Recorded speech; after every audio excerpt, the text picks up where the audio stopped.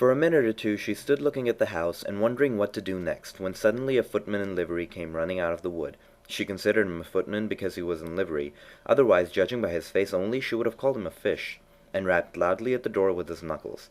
It was opened by another footman in livery with a round face and large eyes like a frog, and both footmen, Alice noticed, had powdered hair and curls all over their head. She felt very curious to know what it was all about, and crept a little way out of the wood to listen.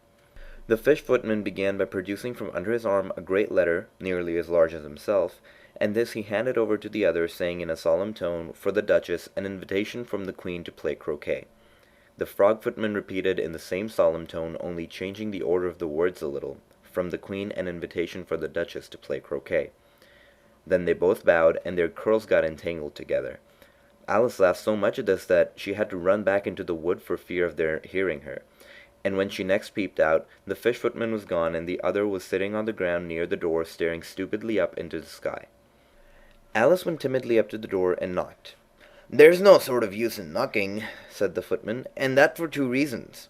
First, because I am on the same side of the door as you. Secondly, because they're making such a noise inside that no one could possibly hear you." And certainly there was a most extraordinary noise going on within, a constant howling and sneezing, and every now and then a great crash as if a dish or a kettle had been broken to pieces. "Please then," said Alice, "how am I to get in?" "There might be some sense in your knocking," the footman went on without attending to her.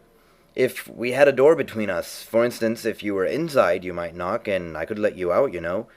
He was looking up into the sky all the time he was speaking, and this Alice thought decidedly uncivil. But perhaps he can't help it, she said to herself. His eyes are so very nearly at the top of his head. But at any rate, he might answer questions. "How am I to get in?" she repeated aloud. "I shall sit here," the footman remarked, "till tomorrow." At this moment the door of the house opened, and a large plate came skimming out straight for the footman's head. It just grazed his nose and broke to pieces against one of the trees behind him. "Or next day, maybe," the footman continued in the same tone, exactly as if nothing had happened. "How am I to get in?" asked Alice, in a louder tone. "Are you to get in at all?" said the footman. "That's the first question, you know." It was, no doubt, only Alice did not like to be told so.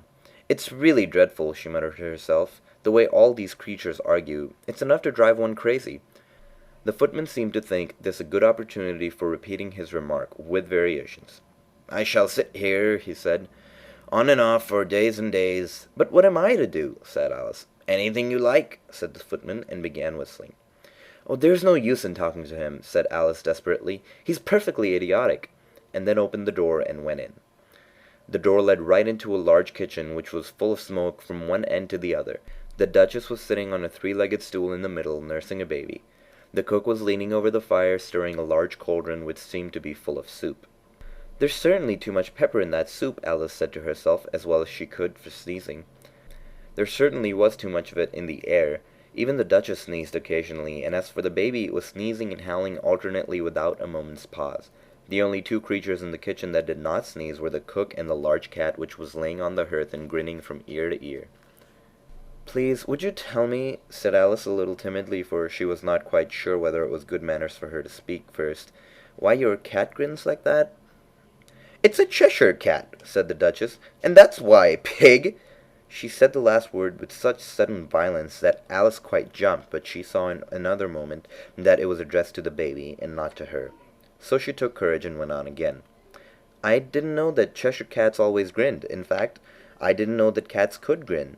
"They all can," said the Duchess, "and most of 'em do." "I don't know any that do," said Alice very politely, feeling quite pleased to have gotten into a conversation. "You don't know much," said the Duchess, "and that's a fact." Alice did not like at all the tone of this remark, and thought it would be as well to introduce some other subject of conversation. While she was trying to fix on one, the cook took the cauldron of soup off the fire, and at once set to work throwing everything within her reach at the Duchess and the baby. The fire-irons came first, then followed a shower of saucepans, plates, and dishes. The Duchess took no notice of them even when they hit her, and the baby was howling so much already that it was quite impossible to say whether the blows hurt it or not. "Oh, please mind what you're doing!" cried Alex, jumping up and down in agony of terror. "Oh, there goes his precious nose!" as an unusually large saucepan flew by and very nearly carried it off. "If everybody minded their own business," said the Duchess in a hoarse growl, "the world would go around a deal faster than it does." "Which would not be an advantage," said Alice, who felt very glad to get an opportunity of showing off a little of her knowledge. "Just think of what work it would make for the day and night. You see, the Earth takes 24 hours to turn around on its axis." "Talking of axis," said the Duchess, "chop off her head." Alice glanced rather anxiously at the cook to see if she meant to take the hint, but the cook was busily stirring the soup, and seemed not to be listening. She went on again. 24 hours, I think, or is it 12? Oh, don't bother me," said the Duchess. "I never could abide figures." And with this she began nursing the child again, singing a sort of lullaby to it as she did so, and giving a violent shake at the end of every line. "Speak roughly to your little boy, and beat him when he sneezes. He only does it to annoy, because he knows it teases." And then the chorus, in which the cook and the baby joined. "Wow, wow, wow." While the Duchess sang the second verse of the song, she kept tossing the baby violently up and down, and the poor little thing howled so that Alice could hardly hear the words. "I speak severely to my boy, and beat him when he sneezes, for he can thoroughly enjoy the pepper when he pleases." Wow, wow, wow. "Here, you might nurse it a bit if you like," the Duchess said to Alice, flinging the baby at her as she spoke. "I must go and get ready to play croquet with the Queen." And she hurried out of the room, and the cook threw a frying pan after her as she went, but just missed her. Alice caught the baby with some difficulty, as it was a queer-shaped little creature, and held out its arms and legs in all directions. "Just like a starfish," thought Alice. The poor little thing was snorting like a steam engine when she caught it, and kept doubling itself up and straightening itself out again, so that altogether for the first minute or two it was as much as she could do to hold it. As soon as she had made out the proper way of nursing it, which was to twist it up in a sort of knot, and then keep tight hold of its rear end and left foot, so as to prevent its undoing itself, she carried it into the open air. "If I don't take this child away from me," thought Alice, "they're sure to kill it in a day or two. Wouldn't it be murder to leave it behind?" She said the last words out loud, and the little thing grunted in reply. It had left off sneezing by this time. "Don't grunt," said Alice. "That's not at all a proper way of expressing yourself." The baby grunted again, and Alice looked very anxiously into its face to see what was the matter with it. There could be no doubt that it had a very turn-up nose, which was more like a snout than a real nose. Also, its eyes were getting extremely small for a baby. Altogether, Alice did not like the look of the thing at all. "But perhaps it's only sobbing," she thought, and looked into its eyes again to see if there were any tears. No, there were no tears. "If you're going to turn into a pig, my dear," said Alice seriously, "I've got nothing more to do with you. Mind now!" The poor little thing sobbed again, or grunted, it was impossible to say which, and then went on for some while in silence.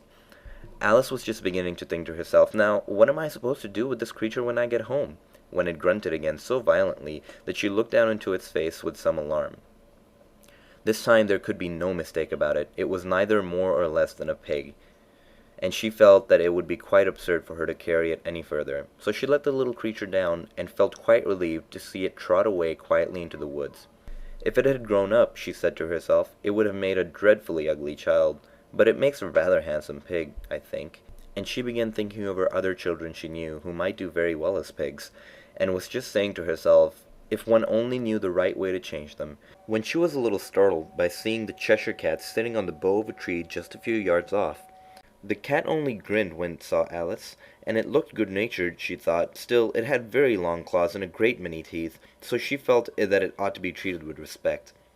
"Cheshire Puss," she began rather timidly, and she did not at all know whether it would like the name. However, it only grinned a little wider. "Come, it's pleased so far," thought Alice, and she went on. "Would you tell me, please, which way I ought to go from here?" "That depends a good deal on where you want to go," said the cat. "I don't much care where," said Alice. "Then it doesn't matter which way you go," said the cat. "So as long as I go somewhere," Alice added with explanation.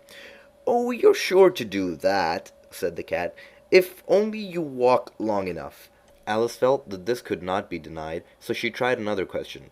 "What sort of people live about here?" "In that direction," the cat said, waving its right paw around, "lives a hatter, and in that direction," waving the other paw, "lives a March hare. Visit either you like, they're both mad." "But I don't want to go among mad people," Alice remarked. "Oh, you can't help that," said the cat. "We're all mad here. I'm mad, you're mad." "How do you know I'm mad?" said Alice. "You must be," said the cat, "or you wouldn't have come here." Alice didn't think that proved it at all. However, she went on. "And how do you know that you're mad?" "To begin with," said the cat, "a dog's not mad. You grant that?" "I suppose so," said Alice. "Well, then," the cat went on, "you see, a dog growls when it's angry, and wags its tail when it's pleased. Now, I growl when I'm pleased, and wag my tail when I'm angry. Therefore, I'm mad." "I call it purring, not growling," said Alice. "Call it what you like," said the cat. "Do you play croquet with the queen today?" "I should like it very much," said Alice, "but I haven't been invited yet." "You'll see me there," said the cat, and vanished. Alice was not much surprised at this. She was getting so well used to the queer things happening. While she was still looking at the place where it had been, it suddenly appeared again. "By the by, what became of the baby?" said the cat. "I'd nearly forgotten to ask." "It turned into a pig," Alice answered very quietly, just as if the cat had come back in a natural way. "I thought it would," said the cat, and vanished again. Alice waited a little, half expecting to see it again, but it did not appear. After a minute or two she walked on in the direction in which the March Hare was said to live. "I've seen hatters before," she said to herself. "The March Hare will be much more interesting, and perhaps, as this is May, it won't be raving mad, at least not so mad as it was in March." As she said this she looked up, and there was the cat again, sitting on the branch of a tree. "Did you say pig or fig?" said the cat.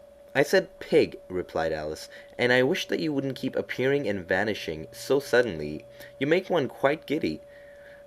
"All right," said the cat, and this time it vanished quite slowly, beginning with the end of the tail and ending with the grin, which remained some time after the rest of it had gone. "Well, I've often seen a cat without a grin," thought Alice, "but a grin without a cat? It's the most curious thing I ever saw in all my life." She had not gone much further before she came in sight of the house of the March Hare. She thought it must be the right house because the chimneys were shaped like ears and the roof was thatched with fur. It was such a large house that she did not like to go nearer till she had nibbled some more of the left-hand bit of mushroom, and she raised herself about 2 feet high. Even then she walked up towards it rather timidly, saying to herself, "Suppose it should be raving mad after all. I almost wish I'd gone to the Hatter instead."